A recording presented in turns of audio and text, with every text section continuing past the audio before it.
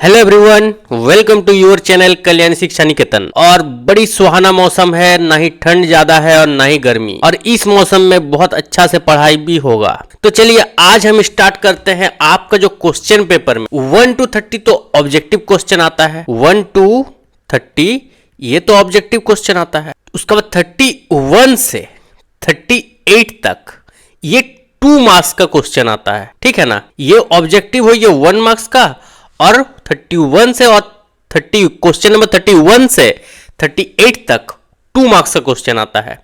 तो यही क्वेश्चन सब सॉल्व करेंगे, उम्मीद है इसी में से क्वेश्चन आएगा। तो चलिए स्टार्ट करते हैं। क्वेश्चन नंबर 31 आपका क्वेश्चन के हिसाब से, तो पहला क्वेश्चन है find the LCM and HCF of the following pairs of integers and verify that LCM into HCF equal to product of the 2 numbers. तो सबसे पहले 1 नंबर करते हैं। 1 नंबर में बोला गया है आपको 26 और 91 का LCM HCF का मल्टीप्लाई, ये दोनों नंबर का प्रोडक्ट होगा, ये आपको वेरीफाई करना है। तो चलिए स्टार्ट करते हैं। सबसे पहले हम क्या करेंगे, 26 और 91 का प्राइम फैक्टराइजेशन कर देंगे। तो 26 का अगर प्राइम फैक्टराइजेशन करेंगे तो ये तो 2 के टेबल में जाएगा, कितना आएगा 13 तो एक प्राइम नंबर है, तो ये डायरेक्ट 13 का नंबर में ही जाएगा। तो यहाँ पे क्या है 2 13 1, तो यहाँ पे हम वही लिख देंगे 2 into 13। नेक्स्ट 91 का प्राइम फैक्टराइजेशन करेंगे तो ये तो डायरेक्ट 7 से जाएगा, 7 13 बार में 91, फिर 13 1 जा 13 प्राइम नंबर है, तो यहाँ पे लिख देंगे 7 into 13, ठीक है। अब ये दोनों में HCF क्या है, HCF क्या है, जो ये दोनों में सेम नंबर है, तो ये 13 हो गया आपका HCF, ठीक है। तो यहाँ पे HCF हो गया 13। और LCM क्या है, इसमें से जो जो नंबर है, जैसे यहाँ पे 2 है 2 हो गया, 7 है तो 7 हो गया, और ये दो 13 में से हमको एक ही 13 लेना है, वेरीफाई करना है। LCM into HCF कितना आता है, LCM में ये तीनों को मल्टीप्लाई करेंगे, कितना आएगा 182। LCM और HCF दोनों को मल्टीप्लाई करेंगे, मान लीजिए 13 और 182 को मल्टीप्लाई करेंगे तो कितना आएगा 2366। अब हमको क्या करना है, ये दो नंबर का प्रोडक्ट, ये दो नंबर का प्रोडक्ट, तो प्रोडक्ट ऑफ द नंबर कितना आएगा, product of number equal to कौन कौन सा नंबर है 26 इंटू 91। अगर ये दोनों का मल्टीप्लाई करें फिर भी कितना आ रहा है 2366। अब देखिए यहाँ पे LCM और HCF का मल्टीप्लाई किए तो 2366 आया, और ये दोनों नंबर का प्रोडक्ट किए तो कितना आया 2366। इसका मतलब ये वेरीफाई हुआ LCM into HCF equal to product of the 2 number. तो यहाँ पे लिख देना है LCM into HCF equal to product of 2 number, verified. अब हम नेक्स्ट क्वेश्चन देखते हैं 510 एंड 92। इसका हमको अब वेरीफाई करना है। तो सबसे पहले सॉल्यूशन में अब 510 लिख लीजिए, फिर कितना है 92। अगर हम 510 का प्राइम फैक्टराइजेशन करेंगे तो कितना आएगा 2 इंटू 3 इंटू 5 इंटू 17। अगर 92 का करेंगे तो कितना आएगा 2 इंटू 23। अब इसमें जो है क्या कॉमन है, ये जो 2 कॉमन है यहाँ पे, तो इसका मतलब HCF क्या हो जाएगा, HCF हो जाएगा आपका 2, और LCM क्या होगा, सबसे पहले तो ये दो 2 में से हमको एक 2 ले लेना है, फिर यहाँ पे एक तो 2 है, फिर यहाँ पे 3 है, फिर यहाँ पे 5 है, फिर 17 है, फिर 23 है। अगर ये सबको मल्टीप्लाई करेंगे हम तो आएगा 23460। अब मेरे को वेरीफाई करना है, तो सबसे पहले HCF इंटू LCM करें तो यहाँ पे कितना निकला HCF 2, और LCM कितना है 23460। अगर ये दोनों को मल्टीप्लाई करेंगे तो कितना आएगा 46920। अब ये दोनों नंबर का प्रोडक्ट करना है, तो product of the number, product of the number, तो क्या हो जाएगा 510 इंटू 92। अब ये दोनों का प्रोडक्ट करके देखिएगा 46920 ही आएगा। तो इसका मतलब मेरा ये वेरीफाई हुआ कि LCM into HCF equal to product of the number, product of the number, ये मेरा वेरीफाइड हो गया। वैसे ही आप क्वेश्चन नंबर 3 खुद से कीजिएगा, ठीक है।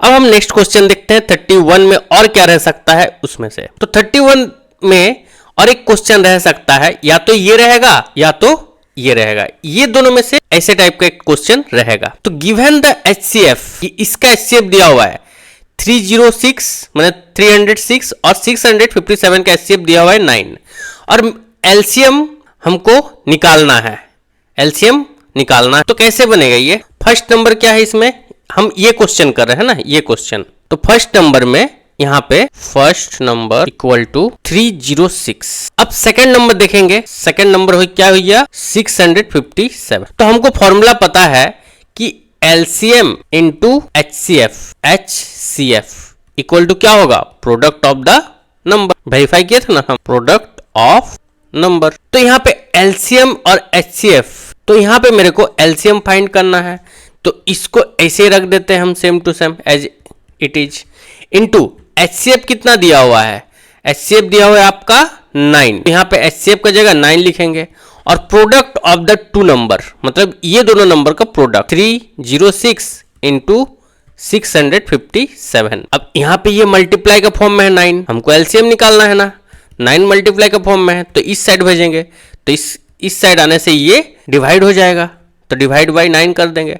अब आप इसको रिड्यूस कीजिए, ये 3 के टेबल में जाएगा, 3 3 जा 9, 3 1 जा 0, 2 जा 6, तो इसको रिड्यूस किए तो 102 आया। ये भी क्या 3 के टेबल में जाएगा, ये भी जाएगा, 3 1 जा 3 और इसमें 3 3 जा 9, 3 4 जा 12। यहाँ पे आया आपका 34 इंटू 657। ये दोनों को मल्टीप्लाई कीजिएगा, आएगा आपको 22338। ये हुई आपका एनसीएम आंसर। तो एलसीएफ हुई आपका 22338। ठीक है, अब हम नेक्स्ट क्वेश्चन देखते हैं। 32 में कुछ इस टाइप का क्वेश्चन रहेगा, find the quadric polynomial each with the given number as sum and product of zeros. मतलब इसमें प्रोडक्ट ऑफ जीरोज और सम ऑफ जीरोज दिया हुआ है। इसके लिए एक फॉर्मूला है, फॉर्मूला क्या है, x square minus sum of zeros into x plus, यहाँ पे तो जगह नहीं है, यहाँ लिख दे रहे, ठीक है, product of zeros, product of zero. तो इसमें sum of zero, sum of zero को हम अल्फा प्लस बीटा इससे डिनोट करते हैं, और यहाँ पे एक्स है तो यहाँ पे एक्स लिख दिया, और प्लस प्रोडक्ट ऑफ जीरो मतलब alpha into beta equal to 0। तो अब इसमें हम पुट करेंगे ये नंबर सब। तो फर्स्ट नंबर क्या है 1/4 माइनस 1, मतलब इसमें सम ऑफ जीरोज मतलब अल्फा प्लस बीटा, ये आपका हुई है 1/4, और प्रोडक्ट ऑफ जीरोज मतलब अल्फा इंटू बीटा, ये हुई आपका -1। तो फॉर्मूला मेरा ये है, ये फॉर्मूला हम लिख देंगे। तो x square minus sum of zeros alpha plus beta x plus alpha into beta equal to 0।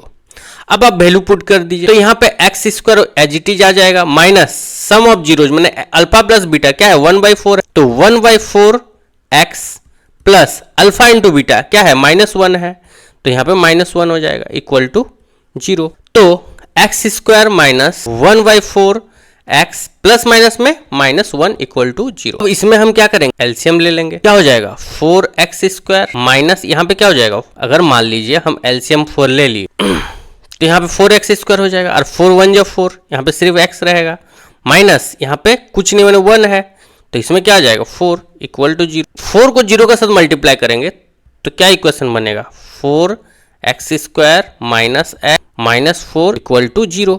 तो आपका आंसर हो ये 4x square minus x minus 4। ठीक है, ये हो आपका आंसर। तो इसी टाइप से हम 2 नंबर बनाएंगे। तो फॉर्मूला हमने देखे थे, तो क्या था, x square minus alpha plus beta x minus plus alpha into beta equal to, अब इसमें भी सेकंड नंबर में, ये नंबर में, इसमें अल्फा प्लस बीटा क्या हो जाएगा √2, और अल्फा इंटू बीटा क्या हो जाएगा 1/3। ये फॉर्मूला में हम अभी पुट कर देंगे, तो x square minus alpha plus beta x plus alpha into beta equal to 0। अब इसमें एक्स स्क्वायर है माइनस अल्फा प्लस बीटा क्या है √2, तो यहाँ √2 रख दिए, एक्स है तो यहाँ पे एक्स आ जाएगा, प्लस अल्फा इंटू बीटा क्या है 1/3 इक्वल टू 0। हमको यहाँ पे 3 है तो 3 एलसीएम आई है, तो यहाँ पे क्या आ जाएगा 3x square minus 3 √2x plus 1 equal to 0। तो अब 3 जीरो का साथ मल्टीप्लाई हो जाएगा तो क्या हो जाएगा 3x² minus 3√2x plus 1 equal to 0। तो आपका आंसर क्या हो गया 3x² माइनस 3√2x प्लस 1, ये हो गया आपका आंसर।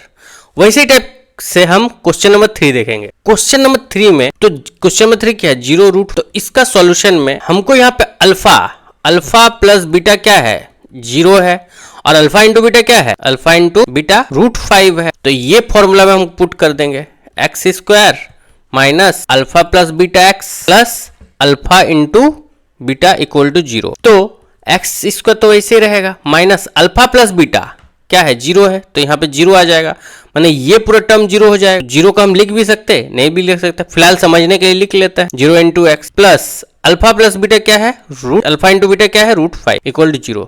ये टर्म तो पूरा 0 हो जाएगा, तो answer x² plus √5 equal to 0।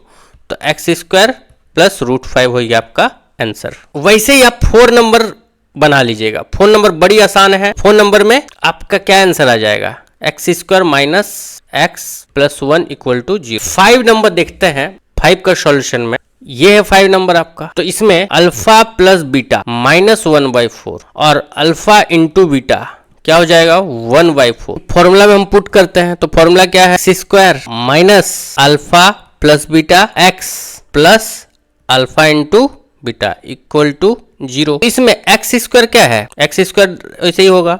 Alpha plus beta क्या वैल्यू है -1/4, तो यहाँ पे -1/4 x plus alpha into beta क्या है 1/4, तो यहाँ पे 1/4 आ जाएगा इक्वल टू 0। तो x² माइनस माइनस में क्या हो जाएगा प्लस x/4 प्लस यहाँ पे 1/4 इक्वल टू 0। अब एलसीएम लेना है मेरे को, 4 आ जाएगा एलसीएम, तो यहाँ पे क्या हो जाएगा 4x² plus x plus 1 equal to 0। आपका आंसर क्या हो जाएगा 4x² प्लस x प्लस 1, ये हो आपका आंसर। अब हम 6 नंबर करते हैं। क्या है 4 और 1 है, तो इसका क्या हो जाएगा तो अल्फा प्लस बीटा क्या होगा 4 होगा और अल्फा इंटू बीटा 1 होगा। तो फॉर्मूला मेरे को पता है x² minus alpha plus beta x plus alpha into beta equal to 0। तो अब पुट कीजिए x² minus alpha plus beta क्या फॉर्मूला है 4 और यहाँ पे x है तो x लिख देंगे, और अल्फा इंटू बीटा क्या फॉर्मूला 1 है तो इक्वल टू 0। तो आंसर हो गया आपका x² माइनस 4x प्लस 1,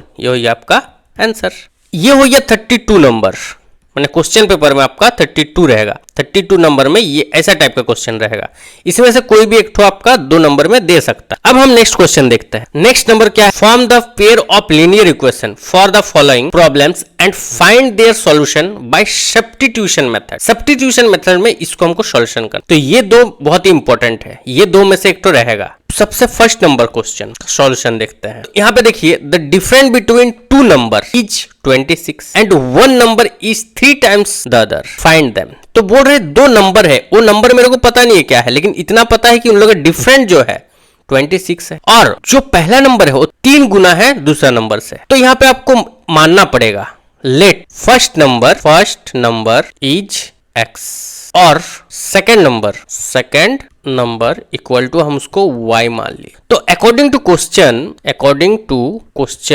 क्या बोल रहा है कि 2 नंबर का जो डिफरेंट है वो 26 है। इसका मतलब क्या x minus y equal to 26, इसको हम इक्वेशन 1 मान लेंगे। नेक्स्ट क्या है the number is 3 times the other, इसका मतलब पहला जो नंबर है, पहला नंबर क्या है x, वो 3 गुना है किसके दूसरा नंबर से, ये हो गया इक्वेशन 2। अब हम ये वैल्यू को x का वैल्यू को यहाँ पे पुट करेंगे, तो यहाँ पे लिखना पड़ेगा put the value of x in equation 1, मतलब इक्वेशन 1 में हम x का वैल्यू पुट करेंगे। क्या आ जाएगा अगर ये x का वैल्यू 3y यहाँ पुट करें तो क्या होगा 3y minus y equal to 26, ये हो जाएगा 2y इक्वल टू 26। यहाँ पे 2 मल्टीप्लाई का फॉर्म है, इस साइड आएगा तो डिवाइड हो जाएगा, तो y इक्वल टू 26/2।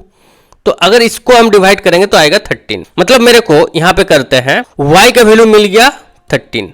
अब हम ये y का वैल्यू ये 2 में से कोई भी इक्वेशन में तो पुट कर देंगे, इक्वेशन 2 में पुट कर देते हैं, मेरे लिए आसान होगा। तो put the value of y in equation 2, तो इक्वेशन 2 क्या है x इक्वल टू 3y, मतलब 3 इंटू 13 मतलब 39। तो मेरे को x का वैल्यू मिल गया, ये 13 और y का वैल्यू x का वैल्यू 39 है, y का वैल्यू 13। तो फर्स्ट नंबर क्या था, इक्वल टू x था, मतलब 39 हो गया। ये x का वैल्यू है ना, x इक्वल टू 39 है, वही रख दिए।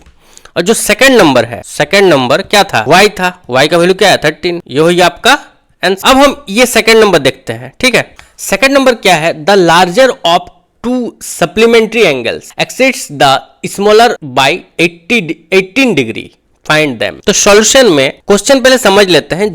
सप्लीमेंट्री एंगल मतलब ऐसा एंगल जिस दोनों एंगल का सम कितना है 180 हो, ठीक है। तो वो एंगल पहले हम x मान लेते हैं। तो लेट द फर्स्ट एंगल या फिर larger angle equal to x मान लिए, और लेट द स्मॉलर एंगल इसको हम y मान लिए। अब बोल रहा है दोनों एंगल जो है कितना डिग्री होगा, 180, सप्लीमेंट्री एंगल है ना। तो according to question x plus y equal to 180 degree, इसको हम इक्वेशन 1 मान लिए। अब और क्या बोला है, जो पहला वाला एंगल है वो ज्यादा है किससे, जो बड़ा एंगल है वो 18 डिग्री ज्यादा है स्मॉलर एंगल से। यहाँ पे सबसे पहले हम क्या करेंगे, x और y को इक्वल दिखा दे। ये जो एंगल है, जो लार्जर एंगल है वो 18 ज्यादा है किससे, स्मॉलर एंगल से। ये हो गया इक्वेशन 2। ये जो x का वैल्यू है इसको यहां पुट करेंगे इस इक्वेशन में। तो लिख दो आप, put the value of x in equation 1। तो अगर ये वैल्यू हम यहां पुट करें तो क्या होगा, y plus 18 plus y equal to 180 degree. तो यहाँ पे y और y क्या हो गया, 2y हो गया, और यहाँ पे 180, ये 18 उस साइड चल जाएगा तो माइनस 18 हो जाएगा, होगा ना। तो यहाँ पे माइनस करने से 162 डिग्री हुआ, और यहाँ पे 2y, y इक्वल टू, ये तो मल्टीप्लाई का फॉर्म है 2, तो इस साइड भेजेंगे तो क्या हो जाएगा, डिवाइड हो जाएगा, 2 यहाँ पे आ गया। तो इसको हम डिवाइड किए तो 81 आया, ठीक है। अब हम नेक्स्ट देखते हैं। अब y का वैल्यू को अब ये दो इक्वेशन में कहीं भी डाल दीजिए, इक्वेशन 2 में रख देते हैं। Put the value of in equation 2। अब 2 में रख देंगे y का वैल्यू। तो इक्वेशन 1 क्या है, x इक्वल टू y का जगह क्या रखेंगे, इसको पहले लिख लेते हैं हम। तो y का जगह क्या रख देंगे, 81 प्लस 18। तो ये दोनों का ऐड करेंगे तो कितना आएगा, 99 डिग्री। मतलब जो लार्जर एंगल है वो कितना हो गया, 99 डिग्री। x था ना, x का वैल्यू 99 आया। और जो स्मॉलर एंगल है वो कितना हो जाएगा, y का वैल्यू कितना 81, तो ये क्या हो जाएगा 81। तो ये हो गया आपका आंसर। अब हम देखते हैं नेक्स्ट क्वेश्चन। नेक्स्ट है 34 में क्वेश्चन नंबर 1 बनाते हैं। ये क्वेश्चन पहले बनाते हैं। Find the 31 term AP whose 11 term is 38। हमको 31 टर्म निकालना है और 11 टर्म दिया हुआ है 38 एंड द 16 टर्म इज 70। तो इसमें मेरे को n का फॉर्मूला लगाना है। तो n का फॉर्मूला आपको पता होगा क्या है, a plus n minus 1 into D. तो यहाँ पे n का वैल्यू सबसे पहले निकालना है, 31 पोजीशन में जो है उसका वैल्यू निकालना है। तो यहाँ पे देखिए 11th टर्म का वैल्यू दिया हुआ है, ठीक है, कितना है 38। तो यहाँ पे हम लिख सकते हैं 11th टर्म है 38। तो a nth 11 है, तो क्या फॉर्मूला है, a प्लस 11 माइनस n का जगह हम यहाँ पे n का जगह हम 11 रख देंगे, माइनस 1 इंटू डी। तो क्या हो जाएगा, a प्लस 10d। अब यहाँ पे a11 का क्या वैल्यू है, a11 टर्म में क्या है 38। तो यहाँ पे हम लिख सकते हैं इसका जगह 38 equal a plus 10d। a11 का वैल्यू दिया हुआ है 38, तो ही रख दिए। इसको आप इक्वेशन 1 मान लो। अब 16 टर्म का वैल्यू दिया हुआ है 73। तो 16 टर्म क्या हो जाएगा, इसको हम डायरेक्ट लिख दे a प्लस 15d। इस इक्वेशन में आप 16 पुट कीजिए 15d आएगा। तो 16 टर्म का क्या वैल्यू है 73, तो इसमें हम 73 रख दिए। a प्लस 15, इसको आप इक्वेशन 2 मान लो। अब क्या करो, सब्ट्रैक्ट कर दो इक्वेशन 1 को 2 से। तो यहाँ पे लिख देते हैं सब्ट्रैक्ट इक्वेशन 1 फ्रॉम इक्वेशन, तो यहाँ सब्ट्रैक्ट कर देते हैं। तो ये फॉर्मूला है ना, तो जैसे ही सब्ट्रैक्ट करते हैं तो इक्वेशन 2 कौन सा है उसको पहले लिखते हैं। हम लिख सकते हैं a plus 15d equal to 73। इसको उस साइड कर दिए, इसको इस साइड कर दिए। अब यहाँ पे देखिए तो क्या है, a plus 10d equal to 38। अब इसको हम सब्ट्रैक्ट जैसे ही करेंगे ये टर्म तो कैंसिल आउट हो जाएगा, यहाँ पे माइनस करेंगे क्या होगा 5d, इसको सब्ट्रैक्ट करेंगे तो कितना आएगा 35। तो d का वैल्यू क्या आएगा 35 डिवाइडेड बाई 5, 7 आ गया। अब ये 7 को आप पुट कीजिए कहाँ, ये दोनों में से कोई भी इक्वेशन में, तो मेरा a निकल जाएगा। Put value d in equation 1 में पुट करते हैं, तो 1 क्या है a plus 10d equal to 38। अगर यहाँ पे आप d का वैल्यू पुट कीजिएगा, a का वैल्यू आएगा -32। अब यहाँ पे मेरा a का वैल्यू पता है और d का भी वैल्यू पता है। अब मेरे को कौन सा टर्म निकालना है 31 टर्म। हम लिख सकते हैं a31 equal to a plus n-1 into D. A का वैल्यू मेरे को कितना आया -32, तो यहाँ -32 लिखेंगे, प्लस n का वैल्यू, n यहाँ पे कितना 31 है, इसको हम डायरेक्ट 31 -1, डी का वैल्यू कितना आया 7 इंटू 7। अब इसको सॉल्व कीजिए तो कितना आएगा a31 -32 प्लस इसमें 30 इंटू 7, तो डायरेक्ट लिख दे रहे हैं 210। अब इसको सब्ट्रैक्ट कीजिएगा 210 को 32 से, तो a31 का वैल्यू क्या आएगा, ये दोनों को सब्ट्रैक्ट करने से 178। ये 31 टर्म का क्या आंसर है 170। हम देखते हैं नेक्स्ट क्वेश्चन 34 नंबर में जो दूसरा क्वेश्चन था वो ये था। क्या क्वेश्चन है, the 17 term of AP exist is 10th term by 7, find common difference. तो सॉल्यूशन में तो सबसे पहले देखते हैं a17 कितना है, तो क्या हो जाएगा a प्लस n-1d, तो n का जगह हम 17 -1 इंटू डी लिखते हैं, तो क्या हो जाएगा a प्लस 16, ये हो गया a17। ये जो है फिर हम यहाँ पे 10th टर्म निकालते हैं, 10th a10 क्या हो जाएगा, वही फॉर्मूला लगेगा, a प्लस n का जगह 10 लिखते हैं, जहाँ में आप लोग फॉर्मूला लिखिएगा, ठीक है ना, तो क्या हो जाएगा a प्लस 9d। अब यहाँ पे क्वेश्चन के हिसाब से ये दोनों का बीच जो डिफरेंट है कितना है 7 है, मतलब a17 माइनस a10 का डिफरेंट कितना है 7 है, तो a17 का क्या वैल्यू आया a प्लस 16d, तो a plus 16d minus a10 का वैल्यू क्या आया a plus 9d equal to 7। अगर हम इसको माइनस को अंदर लेके जाएंगे तो क्या होगा a plus 16d minus a minus 9d equal to 7। अब ये प्लस है माइनस से कट गया, तो यहाँ पे 16d से 9d को माइनस करने से कितना आएगा 7d इक्वल टू 7। तो d इक्वल टू क्या हो जाएगा, a मल्टीप्लाई का फॉर्म में उस साइड जाएगा तो डिवाइड का फॉर्म में आ जाएगा, तो 1।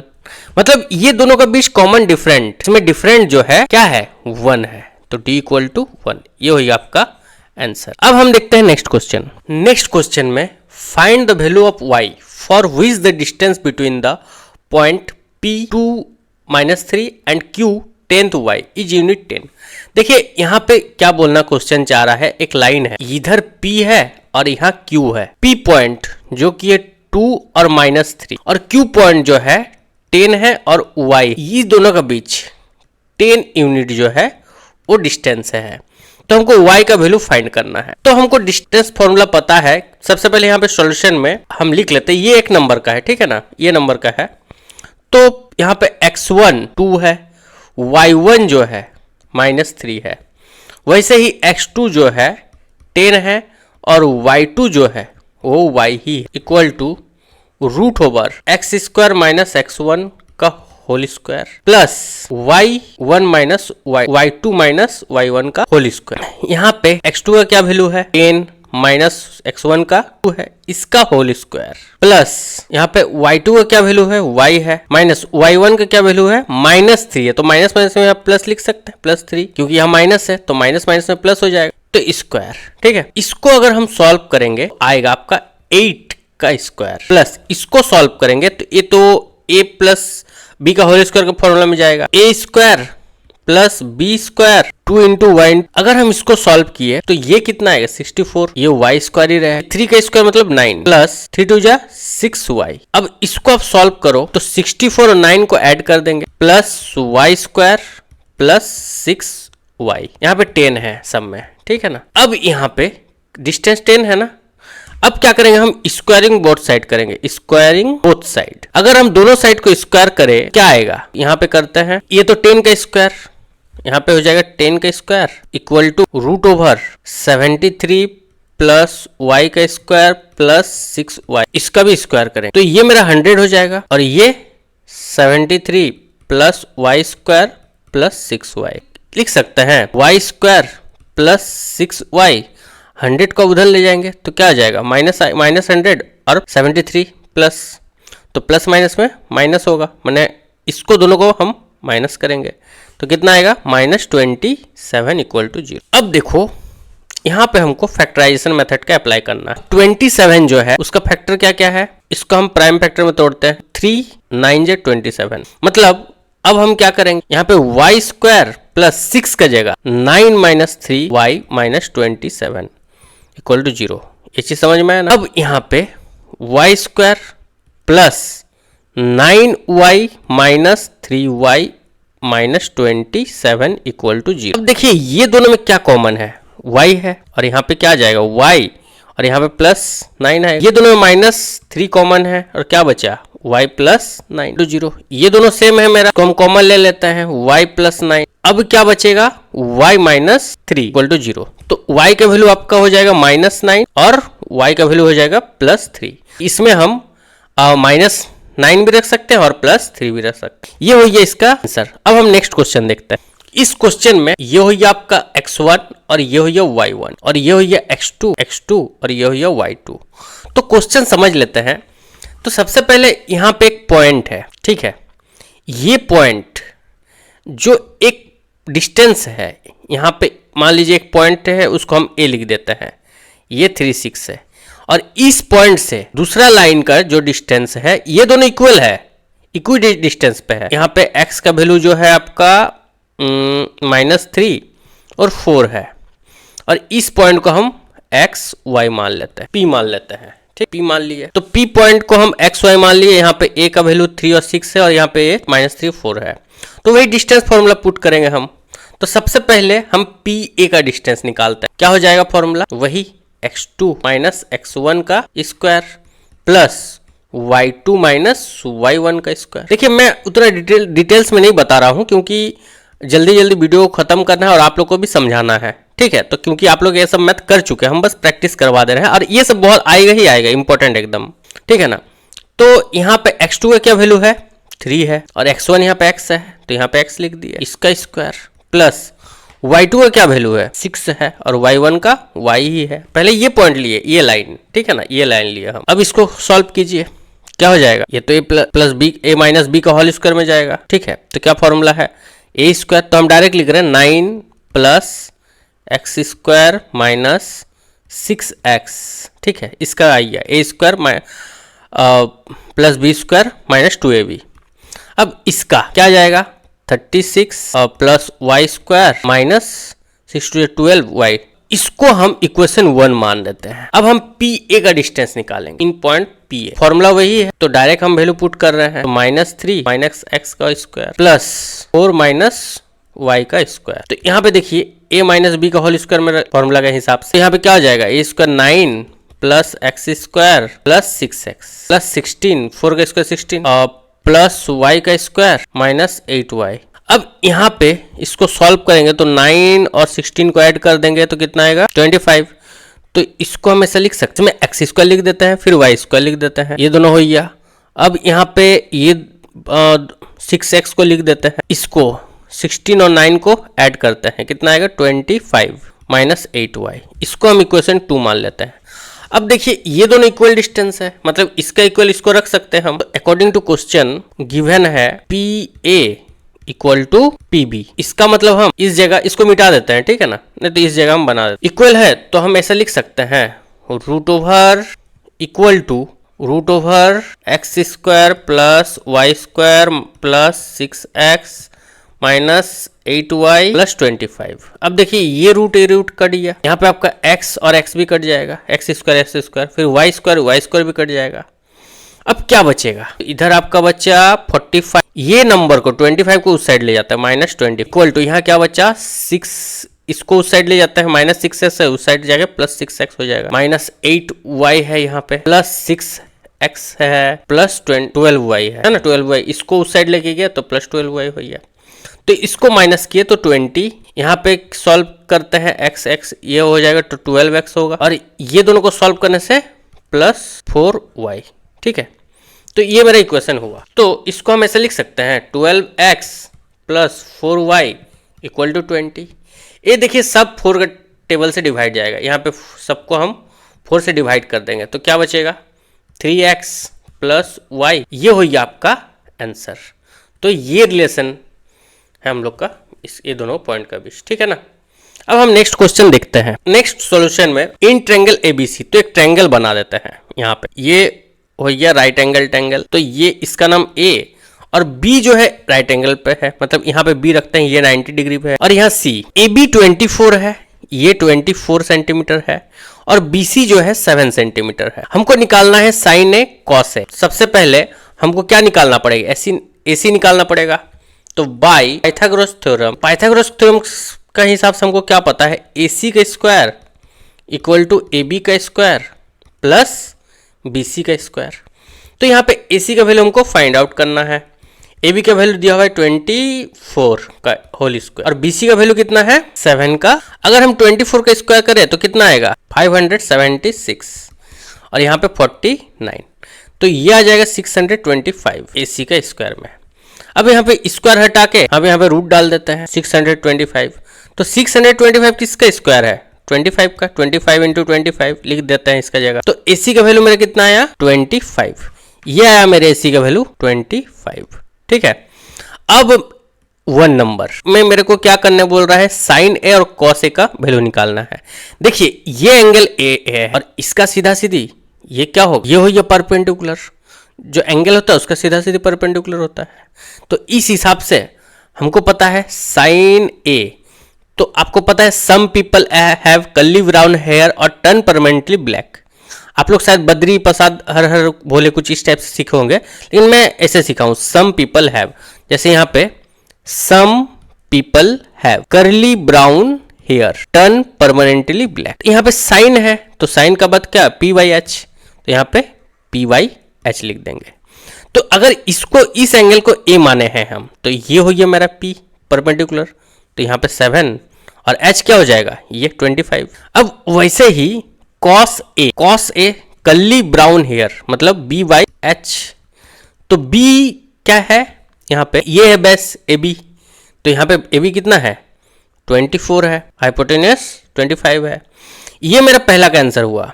अब दूसरा का आंसर साइन C निकालना है। अगर ये एंगल को हम C माने, ये एंगल, तो इसका सीधा सीधी ये परपेंडिकुलर हो जाएगा, तो वही सम पीपल हैव। तो अगर साइन इधर C एंगल है तो इस हिसाब से ये परपेंडिकुलर हो गया मेरा, मतलब P24, H तो चेंज नहीं होगा, H25 ही रहेगा। कॉस C निकालना है, तो कर्ली ब्राउन हेयर तो B/H, तो B में क्या है, ये हो गया बेस मेरा। अगर ये एंगल है तो ये बेस हो गया 7/25। ये हो गया आपका आंसर, और ये क्वेश्चन मोस्ट इंपॉर्टेंट है। ठीक है। अब नेक्स्ट क्वेश्चन देखते हैं। क्वेश्चन नंबर 37 में या तो ये क्वेश्चन रहेगा या तो ये क्वेश्चन रह सकता है। तो 37 में समझते हैं क्या है, D is a point of the side BC triangle ABC such that angle ADC equal to the BAC so that CA, यहाँ पे स्क्वायर होगा, ठीक है ना, CA square equal to CB into CD। तो यहाँ पे क्या क्या दिया हुआ है, सबसे पहले ये एक ट्रायंगल है ABC और D जो है इसका मिड पॉइंट है, और यहाँ पे और एक चीज दिया हुआ है कि जो ADC है मतलब ये एंगल और BAC माने ये एंगल, ये दोनों इक्वल है। हमको दिखाना है CA स्क्वायर मतलब CA का स्क्वायर, CA जो है CB इंटू CD है मतलब CB इंटू CD। तो सबसे पहले ट्रायंगल ADC ये वाला ट्रायंगल, ठीक है, ये वाला ट्रायंगल और ये पूरा ट्रायंगल ये लेंगे BAC। तो इसमें क्या क्या इक्वल है, तो इसमें ADC ये वाला एंगल और ये वाला एंगल ये तो दिया हुआ है, और एंगल C दोनों में कॉमन आ रहा है। देखिए ये पूरा ट्रायंगल और ये ट्रायंगल में दोनों में कॉमन एंगल C आ रहा है, तो एंगल C क्या है कॉमन है। इसी टाइप से ADC जो सिमिलरिटीज है BAC का साथ, किस हिसाब से, एंगल के हिसाब से, क्राइटेरिया से, सिमिलरिटी क्राइटेरिया से। तो हम लिख सकते हैं जो ये ट्रायंगल में CA जो है वो CD, equal to C B by C A, C B by C A. तब मेरा ये इसको मल्टीप्लाई किए तो सी ए इंटू सी ए क्या होगा, सी ए स्क्वायर, और C D into C B, तो सी डी और सी बी, ये मेरा क्या हुआ, प्रूव्ड हुआ। अब नेक्स्ट क्वेश्चन देखते हैं। ये क्वेश्चन भी आप देख लीजिएगा, ये भी बहुत ही इंपॉर्टेंट में से एक है। ये दोनों में से एक तो क्वेश्चन जरूर रहेगा क्वेश्चन नंबर 37 में। तो नेक्स्ट क्वेश्चन क्या है, if AD and PM are medians of triangle. AD और पीएम जो है वो मीडियंस है एबीसी का और पी क्यू आर, और एबीसी जो सिमिलर है वो पी क्यू आर का साथ है। तो दिया हुआ है, ये सब दिया हुआ है क्या, एबीसी जो सिमिलरिटीज है पी क्यू आर दिया हुआ है ना, और जो एडी और पीएम जो है वो मीडियम्स है किसका, एबीसी का। एबीसी का एडी मीडियंस हो गया और पी क्यू आर का पीएम मीडियन हो गया। तो हमको क्या प्रूव करना है, A B by P Q equal to A D by P M. तो क्या क्या दिया हुआ है पहले, अगर दिया हुआ है तो ये जो साइड ए बी जो है, ए बी जो है इसका साथ इसको हम लिख सकते हैं, तो A B by P Q लिख सकते हैं, इक्वल टू बी सी माने ये वाला इसका साथ ये लिख सकते हैं, और ए सी ये साइड बाई ये लिख सकते हैं हम, और एंगल भी इक्वल होगा। हमको पता है तीनों साइड्स अगर इक्वल है तो उसके एंगल्स भी इक्वल होगा। तो वही ए का साथ पी, ए का साथ पी, बी का साथ क्यू और सी का साथ आर, है ना। तो अगर ये है तो हम लिख सकते हैं A B by P Q लिख सकते हैं ना, और बी सी ये वाला साइड्स क्यू आर। पर मेरे को तो ये नहीं चाहिए, मेरे को यहां पे क्या चाहिए, एडी चाहिए, ये चाहिए, मीडियन चाहिए। इसीलिए हम क्या किए, ये दोनों में हाफ कर दिए, यहां पे भी और यहां पे भी। तो ये हाफ करने से क्या हो गया, हाफ ऑफ बीसी क्या हो गया, बीडी हो गया। ये पूरा है, इसका हाफ ये हो गया ना। वैसे ही पी आर है, इसका हाफ क्या हो गया, क्यू एम हो गया। तो वही अब हाफ बीसी का जगह बीडी लिख दिए, हाफ क्यू आर का जगह क्यू एम लिख दिए। तो ये इक्वेशन 1 मान लिए। अब हम ये दोनों ट्रायंगल में लिख सकते हैं A B by P Q और D B by Q M. Equation 1 से ये ही वाला उतार दिए। इसका मतलब एंगल बी और एंगल क्यू भी इक्वल होगा, इसीलिए ट्रायंगल ए बी डी वो सिमिलरिटीज है पी क्यू एम का साथ। किस लिए, क्राइटेरिया के हिसाब से, साइड एंगल साइड के हिसाब, यहाँ दो साइड से और एक एंगल है बीच का। तो अगर ये दोनों सिमिलरिटीज है तो हम लिख सकते हैं A B by P Q और A D by P M. ये हो गया मेरा प्रूफ, यही तो प्रूफ करना था। अब हम नेक्स्ट क्वेश्चन देखते हैं। क्वेश्चन नंबर 38 में प्रोबेबिलिटी का क्वेश्चन रहेगा। तो अ box content 5 red marbles, 8 white marbles and 4 green marbles. माने एक बॉक्स है जिसमें, ये एक बॉक्स है, इसमें 5 रेड मार्बल रखा हुआ है, 8 व्हाइट मार्बल रखा हुआ है और 4 जो है वो ग्रीन मार्बल रखा हुआ है। 1 marks is taken out the box at random. तो एक जो है मार्बल वहां से ले लिया गया। What is the probability that the marble taken out will be red. तो यहां पे सबसे पहले रेड मार्बल का प्रोबेबिलिटी लिखना है। तो सबसे पहले हम टोटल नंबर ऑफ आउटकम निकाल लेते हैं। टोटल नंबर ऑफ आउटकम, तो कितना मार्बल है, 5 प्लस 8 प्लस 4, टोटल ऐड करेंगे तो कितना, 17। मतलब टोटल नंबर ऑफ आउटकम कितना आया, 17 आया। अब सबसे एक नंबर देखते हैं। एक नंबर में रेड बोला गया है, रेड का कितना प्रोबेबिलिटी है, तो probability red equal to number of favourable outcome, ये नहीं लिखना, ये रफ है ना, by total number of outcome. तो total number of favourable outcome कितना है, रेट कितना है, यहाँ पे 5 है, तो इसलिए हम लिखेंगे 5 बाई 17। ये हो गया आपका आंसर 1 का। अब सेकंड नंबर देखते हैं। यहाँ पे प्रोबेबिलिटी ऑफ व्हाइट मार्बल का कितना है, व्हाइट का, तो वही total number of white marble कितना है, 8 है। तो total number of favourable outcome by total number of outcome कितना है, 17 है। तो ये हो गया आपका आंसर। अब हम थर्ड नंबर समझते हैं। तो थर्ड नंबर में इसमें ग्रीन नहीं है, ठीक है ना, ग्रीन नहीं है, तो क्या होगा प्रोबेबिलिटी ऑफ नॉट ग्रीन। एक तो ले लिया गया था, इसीलिए क्या होगा यहाँ पे 1 माइनस पी ग्रीन, ठीक है, पी ग्रीन। अब यहाँ पे 1 माइनस कितना है, ग्रीन मार्बल कितना है मेरा, यहाँ पे 4 है ना, 4 है, 4 बाई 17। इसको सॉल्व करेंगे तो कितना आएगा, 17 माइनस 4 बाई 17। अब इसको 13 बाई 17। ये हुई आपका not green, probability of not green का आंसर। अब हम नेक्स्ट क्वेश्चन देखते हैं, ठीक है। A die thrown once, find the probability of getting. एक डाई को थ्रो किया गया, तो डाई पता है लूडो का गोटी है ना, तो उसमें क्या क्या नंबर है? एक तो 1 2 है, फिर 3 है, फिर 4 है, फिर 5 है और 6 है। इतने ही नंबर है ना, लूडो 6 तक है होता है। अब यहाँ पे प्राइम नंबर का प्रोबेबिलिटी आपको बताना है। एक नंबर में समझते हैं probability of a prime number. Prime number, तो इसमें प्राइम नंबर कौन कौन सा है? प्राइम नंबर किसको बोलेंगे? जो सिर्फ खुद का टेबल में आएगा और 1 का टेबल में आएगा, जैसे 2 हो गया, 3 हो गया और 5 हो गया। 3 तो प्राइम नंबर है ना, तो इसलिए हम लिखेंगे यहाँ पे 3/6। अब इसको रिड्यूस करेंगे तो क्या आएगा? 3 1 जा 3, 3 2 जा 6, तो 1/2 हो गया पहला का आंसर। अब दूसरा का answer, a number lying between 2 6, 2 और 6 का बीच कितना नंबर लाई कर रहा है? तो ये 2 है मेरा और ये 6 है, उसका बीच कितना तो नंबर लाई कर रहा है? ये नंबर सब लाई कर रहा है 3 4 5। तो probability of number lying between 2 and 6 क्या हो जाएगा? सिर्फ 3 नंबर लाई कर रहा है। टोटल नंबर ऑफ आउटकम कितना है? 6 नंबर है ना, 1 2 3 4 5 6। तो इसमें से सिर्फ 3 नंबर लाई करेगा, तो इसमें भी क्या हो जाएगा? टोटल नंबर ऑफ फेवरेबल 3 होगा और नीचे आउटकम कितना है? 6 है। इसको रिड्यूस करेंगे तो क्या आएगा? 1/2 ही आएगा। अब हम थर्ड नंबर देखते हैं, एन ऑड नंबर। अब बताइए इसमें कौन कौन सा ऑड नंबर है? ऑड नंबर क्या? जो 2 के टेबल में नहीं आएगा, जैसे ये 1 हो, ये 2 के टेबल में नहीं आता है, 3 हो, ये 2 के टेबल में नहीं आता है, 5 हो, ये 2 के टेबल में नहीं आता है। तो प्रोबेबिलिटी एन ऑड नंबर क्या हो सकता है? ऑड नंबर कितना ठो? फेवरेबल 2 3 है, 3 ठो नंबर है ना, 1 3 और 5, 1 3 और 5, और टोटल आउटकम कितना है? 6 है। इसको भी रिड्यूस करेंगे तो 1/2 आएगा। तो ये हुई आपका आंसर। ये 38 नंबर का क्वेश्चन है, ये 100 आ सकता है। ये तीनों में से एक तो जरूर आएगा 38 नंबर में।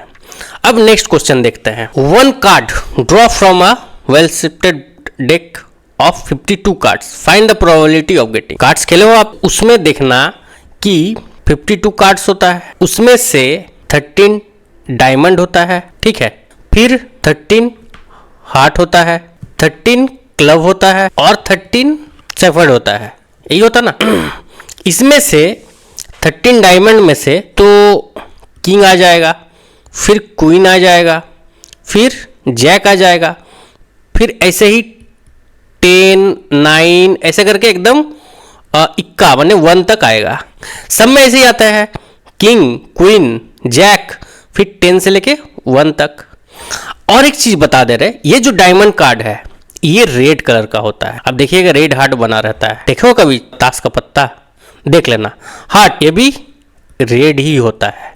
क्लब ये ब्लैक होता है, ठीक है, और ये भी क्या होता है? ब्लैक ही होता है। मेरा पास नहीं है तो दिखा देता अभी। और 13 डायमंड में से एक किंग होगा, एक क्वीन होगा और एक जैक होगा, और 10 to 1 तक और कार्ड्स होगा। तो इसी में हमको प्रोबेबिलिटी निकालना है पहला नंबर, फर्स्ट नंबर में। ये समझाने के लिए, ये एग्जाम में मत बनाइएगा, ठीक है ना, ये बस आप समझने के लिए हम बनाया है। अब फर्स्ट नंबर में देखते हैं क्या है? King of red colour. तो प्रोबेबिलिटी किसका? King of red colour. तो देखिए रेड कलर का किंग कितना टो आएगा? यहाँ एक टो आएगा, यहाँ पे किंग एक टो आएगा ना, और यहाँ पे एक टो आएगा। मतलब 2 टो रेड कलर है, क्योंकि हार्ट और डायमंड रेड होता है, तो यहाँ एक तो किंग और यहाँ एक तो किंग, मतलब 2 टोटल कितना है? आउटकम 52 है। इसको रिड्यूस करेंगे तो मेरा कितना आएगा? 1/26। अब सेकंड नंबर दे समझते हैं। इफ फेस कार्ड, तो probability of a face card. Face card मतलब किंग क्वीन और जैक। यहाँ 3 है, यहाँ 3 रहेगा, डायमंड में 3 रहेगा, यहाँ 3 रहेगा ना, यहाँ भी 3 रहेगा, हार्ट में इसमें भी फेस कार्ड 3 रहेगा और इसमें भी 3 ही रहेगा। देखिए इसमें क्वीन किंग और जैक 3 कार्ड रहेगा, इसमें भी 3 रहेगा, इसमें भी 3 रहेगा, इसमें भी 3 रहेगा। तो फेस कार्ड टोटल कितना हो गया? 12। टोटल नंबर ऑफ फेवरेबल 12 हो गया, और टोटल नंबर ऑफ आउटकम कितना हो गया? 52। अब इसको अब रिड्यूस कीजिएगा तो कितना आएगा? ये 4 3 या 12 और 4 13 या 52, मतलब इसका होगा 3/13। अब हम थर्ड नंबर समझते हैं। थर्ड नंबर में a red face card. Red face card कितना होगा? देखिए रेड फेस कार्ड यहाँ पे 3 तो होगा, किंग, क्वीन और जैक। इसमें ये है हार्ट रेड होता है, तो इसमें 3 तो होगा, किंग, क्वीन और जैक। इसका मतलब रेड फेस कार्ड कितना होगा? 6 होगा। तो probability of red face card, total number of एवरीगेबल कितना है? 6 होगा। कैसे होगा पता चला ना? यहाँ पे किंग, क्वीन और जैक, ये रेड कलर का होता है डायमंड और ये रेड कलर का होता है हार्ट, तो इसका 3, तो टोटल क्या हो जाएगा? 6। और टोटल नंबर ऑफ आउटकम कितना है? टोटल कार्ड कितना है? 52 है। अब इसको रिड्यूस कीजिएगा तो कितना आएगा? 3/26। ठीक है, 3 से कट जाएगा, 2 से कट जाएगा, 2 3 जा 6 और 2 26 जा 52। अब फोर्थ नंबर समझते हैं, द जैक ऑफ हार्ट। तो probability of jack of heart, jack of heart, तो जैक ऑफ हार्ट ये, इसमें जैक कितना होगा? एक ही होगा ना, एक ही तो जैक होगा, किंग, क्वीन और जैक। इसमें ये 13 कार्ड्स में एक क्वीन, किंग, क्वीन और जैक होता है, तो इसी में तो एक जैक होगा, तो एक होगा यहाँ पे, तो 1/52। तो इसका आंसर हो गया 1/52। अब हम नेक्स्ट नंबर समझते हैं, असेफेड। असेफेड का प्रोबेबिलिटी क्या हो जाएगा? कितना डो होगा? टोटल कितना डो कार्ड है सेफेड का? 13 है, तो यहाँ पे क्या लिख देंगे? प्रोबेबिलिटी और टोटल नंबर सेफेड और टोटल नंबर ऑफ आउटकम कितना है? 52 है, तो 13/52। तो 13 1 जा 13, 13 4 जा 52, तो 1/4 हो गया इसका प्रोबेबिलिटी। अब नेक्स्ट देखते हैं 6 number, a queen of a diamond. Diamond में क्वीन कितना होगा? एक ही होगा, एक ही होगा ना, तो यहाँ पे प्रोबेबिलिटी किसका? A queen of diamond. तो इस डायमंड में कितना क्वीन होगा? एक 1/52। ये हो गया आपका आंसर। तो वीडियो को देखने के लिए बहुत बहुत थैंक यू, शुक्रिया, धन्यवाद।